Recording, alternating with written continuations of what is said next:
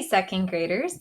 I'm going to walk you through how to write an informational paragraph. So that means a paragraph that is full of information and facts. And our focus this week for the paragraph is going to go along with our story that we read, Penguin Chick. So what you're going to need to do is you're going to need to use the Lesson 21 Penguin Informational Paragraph, which I have open for you right here on the screen. And I'm going to walk you through each of the slides step by step. The directions are also right here on the first slide if you forget and you need to go back. So the first thing you need to do is put your name on the first slide. So click on the box and type your name in.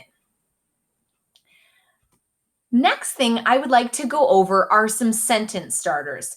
So in our classroom, and I think in Mr. Horton's classroom, there are usually anchor charts on the wall that have some of these sentence starters. So I've put them into a slide for you, and these ones all have to do with informational writing.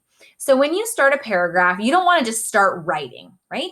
You want to give the reader an idea of what you're going to be writing about. So you are going to want to be using this box right here, right? Introduction sentence starters. So use these words or phrases to start your paragraph. You can use these ideas. You could start your paragraph off with, did you know? Let me tell you about. You'll discover. Blank are interesting to learn about. Blank are fascinating animals. And then the last one you could use, it's incredible to think. So those are some sentence starters you can use for your paragraph. Then down here at the bottom, remember, you want to use transitions in your writing. You don't want to just say next, next, next, next, right? Then, things like that. So I've given you some transitions that you can use in your paragraph. You can use first, next, also, in addition, one thing, second, finally. And if you have other transitions, feel free to use them just to give your paragraph some variety. And the last thing you have to focus on is your conclusion, right? So that is a sentence that kind of wraps up your paragraph. It comes to an end. So you can use these words and phrases to end your paragraph. You can use in conclusion. As you can see, blank are interesting animals to learn about. To sum it up, finally, and to summarize. So when you are planning and writing your paragraph, refer back to this page to help you come up with some ways to start your sentences. Then you have to pick. You have two options this week about what you can write about. You can write about the penguin fathers, okay, the dad penguins and what do they do, or you can write about the penguin chick, the penguin babies. So you're just going to pick one. You are going to use the paragraph pre-write to kind of plan out your writing. We typically do these in school. We don't just start writing. We want to get our ideas down. We want to get our ideas organized. So we want to use this pre-write to help us. So there is one for the penguin father and one for the penguin chick. You just pick one, remember? So if you are writing about the penguin father, you are going to use one of those introduction sentence starters and you are going to type your introduction sentence in that box, right? Did you know that penguin fathers spend a lot of time caring for the babies, right? That could be an example of an introduction. Penguin fathers are super interesting animals to learn about, okay? So come up with a sentence starter for your paragraph. In this big box in the middle, that is where you're going to need to get your journeys book out.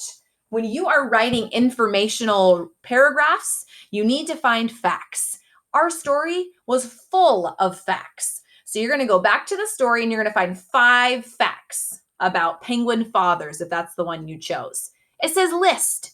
Does that mean you got to write a whole sentence? Nope. You just have to list the facts. You can list 3 or up to 5. No more than 5 because this is just a paragraph, so we're going to keep it nice and short. Then you're going to type out your conclusion sentence. So you're going to go back and use the sentence starters for the conclusion, and you're going to wrap up your paragraph. So you're going to do that if you pick the penguin father, or if you pick the penguin chick or the baby, you have the same slide that you are going to complete, but all of your stuff is going to be about the penguin chick or baby.